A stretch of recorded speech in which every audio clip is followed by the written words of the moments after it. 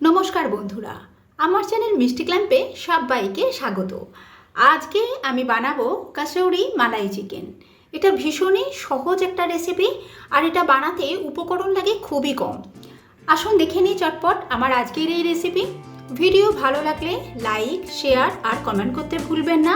আর এখনও যদি আমার চ্যানেলটি সাবস্ক্রাইব করে না থাকেন তো প্লিজ বন্ধুরা আমার চ্যানেলটি সাবস্ক্রাইব করে পাশে থাকা বেল আইকনটা অবশ্যই প্রেস করে দেবেন, যাতে আগামী দিনে সমস্ত নতুন নতুন ভিডিও নোটিফিকেশন খুব সহজেই আপনাদের কাছে পৌঁছে যায়। আসুন চটপট দেখে নিই আমার আজকের রেসিপি কাসৌরি মালাই চিকেন। কাসুরি মালাই চিকেন বানাবার জন্য এখানে আমি 500 গ্রাম চিকেন নিয়ে নিয়েছি।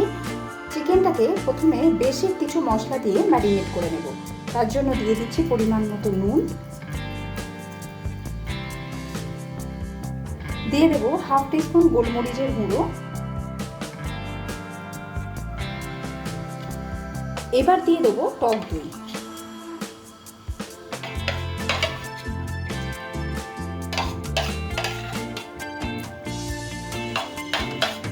আমি এখানে 3.5 টেবিল স্পুন টক দই ব্যবহার করলাম। এবার চিকেনটাকে ভালোভাবে মশলার সাথে মাখিয়ে নেব।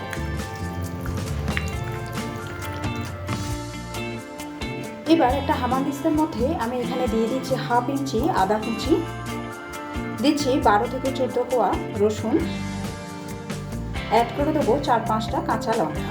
লঙ্কাগুলো দেবার আগে আমি মাঝখান থেকে একবার এরকমভাবে ভেঙে নিয়ে দিচ্ছি।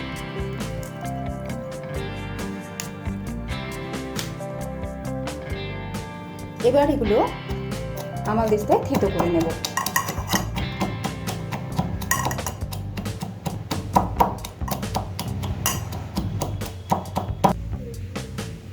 এই রান্নাটা আমি সাদা তেলে করব। কড়াতে দিয়ে দিচ্ছি সাদা তেল।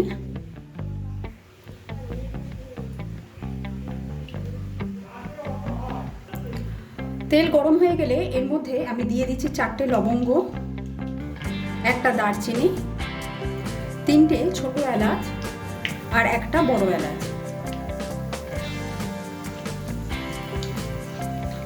কয়েক সেকেন্ড একটু গোটা মশলাগুলোকে ভেজে নেব।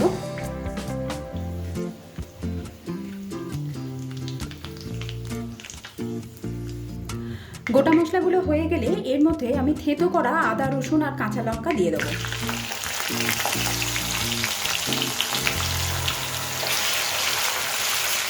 সামান্য সময় নিয়ে একটু ভেজে নেব, যাতে আদা রসুনের কাঁচা গন্ধটা চলে যায়।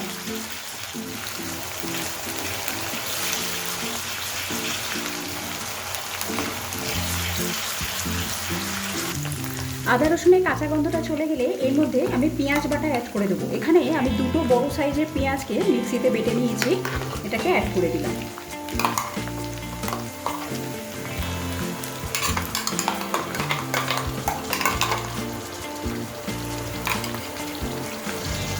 এবার লো টু মিডিয়াম ফ্লেমে পেঁয়াজটাকেও ভালোভাবে কষে নেব।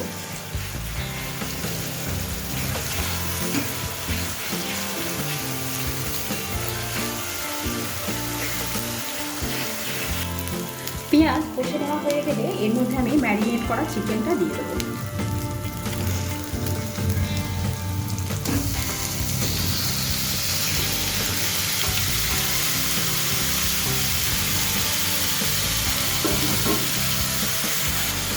চিকেন দেওয়ার পর মিডিয়াম ফ্লেমে চিকেনটাকে কষে নেব।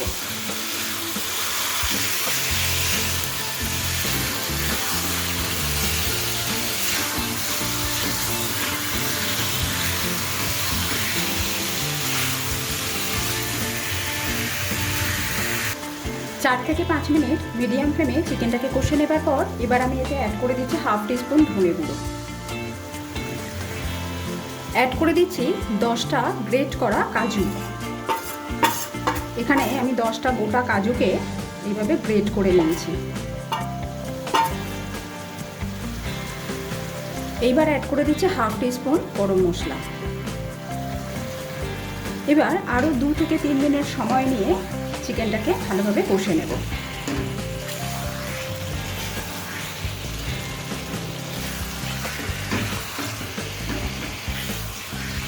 আপনারা কাজু বাদামটাকে গ্রেট করার বদলে পেস্ট বানিয়েও দিতে পারেন, তবে গ্রেট করে দিলে এর গ্রেভির টেক্সচারটা অনেক সুন্দর হয়।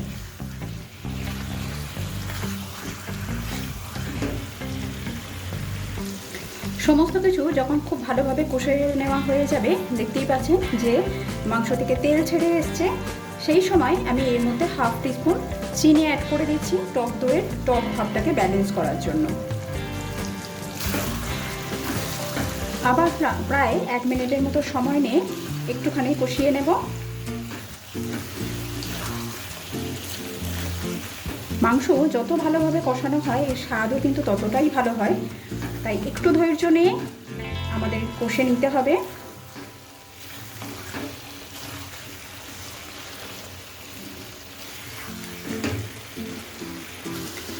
সমস্ত কিছু কষানো কমপ্লিট।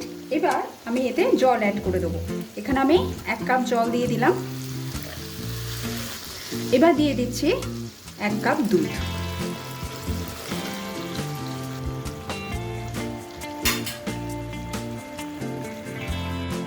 দুধটা দেওয়ার পর এর মধ্যে আমি 2টো ছোট ছোট টুকরো করে কেটে রাখা কাঁচা লঙ্কা অ্যাড করে দিলাম। সব কিছু একবার ভালো করে মিশিয়ে নেব।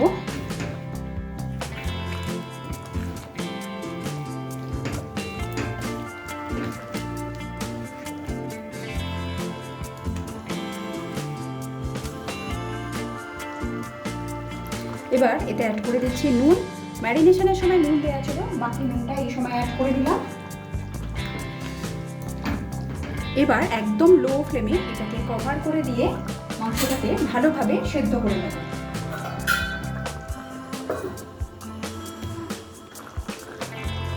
চিকেন সেদ্ধ হয়ে গেছে। নামাবার আগে এতে আমি অ্যাড করে দিচ্ছি কাসুরি মেথি। কাসুরি মেথিটাকে একটু শুকনো কড়াইয়ে নেড়ে নিয়েছি। ড্রাই রোস্ট করা কাসুরি মেথি হাতের সাহায্যে এরকম গুঁড়ো গুঁড়ো করে এতে অ্যাড করে দিলাম।